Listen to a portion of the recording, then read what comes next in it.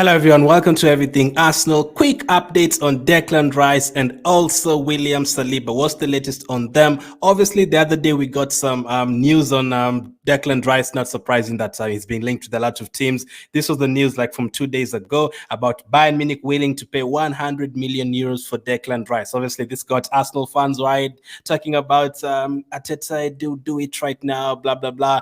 And before any other team swoops in, obviously he's a very talented player, and teams like Bayern Munich will be interested. I'd not be surprised if teams like Real Madrid would be interested. Teams like Man United and Chelsea have always been interested, so not a surprise. But what Declan Rice actually said over the weekend is his focus is on the Conference League final. He's not focusing on any transfers, so teams have to wait for the transfer to for the league to end the season to end for them, not the league, the season to end for them, and then he can start talking about transfers. Obviously, the transfer window itself opens on June 14th, but for today, this has broken today. So according to Fabrizio Romano, Arsenal official bid for Declan Rice will be submitted after the Europa League final. Plan is very, very clear.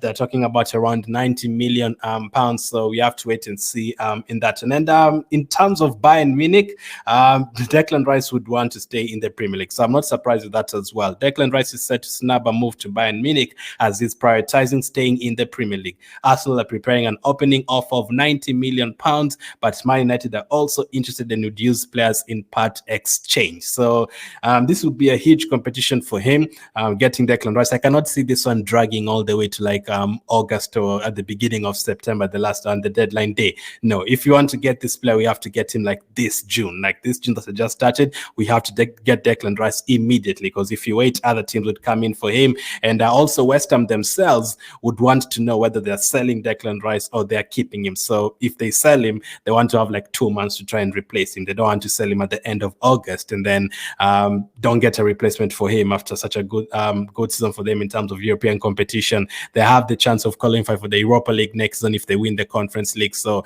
they don't want to risk it as well. So as you've seen on the post, Man United are also interested in him. So what about Man United? Are they going to get him? Are they going to let him go? Are they going to go for other targets? Obviously, for Man United and Chelsea, feel like they need strikers more. As we've seen as well, Man United are interested in him. So what about their interest? So Arteta's identified Rice as the Xhaka replacement. United are interested and could try to scupper the deal. They are working on a limited budget and using 55 million pounds of that for Mount, but could offer players plus fee in exchange for Rice. So I think the only team at the moment that can beat us to Rice is to Man United, because Chelsea are not in the Champions League unless a team like Newcastle say they want him as well. So it's or Man City pretty much if they say they want him. I think he'll definitely stay in the Premier League. Some people have said he's overstayed his stay at West Ham. He should have left like 2 years ago or something. So I don't think he's going to stay there for an extra year, whether they qualify for the Europa League or not. So I think this is going to be a very interesting one. I really cannot wait to see. Here we go for Declan Rice. We need to get him. Like seriously, we are losing Xhaka. We could also lose Partey. So our midfield is going to be very, very short, and we need to try and sort it out this season right away, like this month. You know, last season we were actually able to get the likes of Jesus and Fabio Vieira in June. I need us to do that as well. We need these players to be there for pre-season and have enough time to prepare the team and to get set to the team and understand the tactics and the system and everything. So that's exactly what we need. Speaking of players who already understand the system, William Saliba, will he be in the Arsenal system next season? Well, according to reports we had yesterday about his contract, but today, William Saliba's representatives are not trying to force a move away from Arsenal, but they're asking for a contract fitting of the player, considered by many as one of the best young defenders in the world. Now, as I said yesterday, if there's players that I really feel like they deserve contracts and good contracts at Arsenal, players like Saka, Martinelli, Odegaard as well, and potentially Saliba, because they all had a very incredible season. And Saliba, despite missing like 2 months at the end, he was still included in the team of the season by almost every single pundit. That is because he was a very good centre back for us, and the way we dropped off without Saliba in the team is actually very, very scary. So whatever the contract is, unless they're asking for something crazy like 600,000 a week, which I don't really think so, I think it definitely does deserve like 200 or and something. He's worked so hard for us. He's been out on loan for 3 months, and I'm sure if you put William Saliba on the transfer market right now, a few teams will come in for him and you don't want to lose him right now. I feel like centre-back, we're kind of set at the moment. Yes, no problem getting another one, but Saliba, Gabriel, Ben White, Tomiyasu can play there, Kivior is there.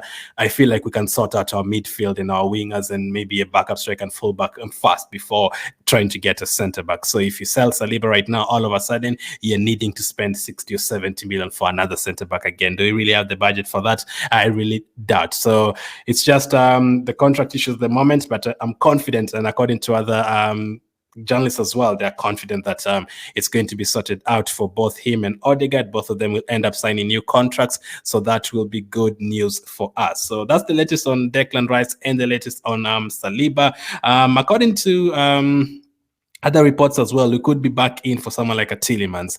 He said goodbye to the Leicester fans yesterday. Was it on Monday or on Tuesday or something? He put out an Instagram story and he said goodbye to his fans and everything. And he's a free agent. Like whichever team that want him right now, you can get him. The only team that have had want him at the moment is Aston Villa, rivals of Leicester. So Leicester fans are not happy with that. Do you guys still think we need Tielemans, or do you think we should be going for other quality players?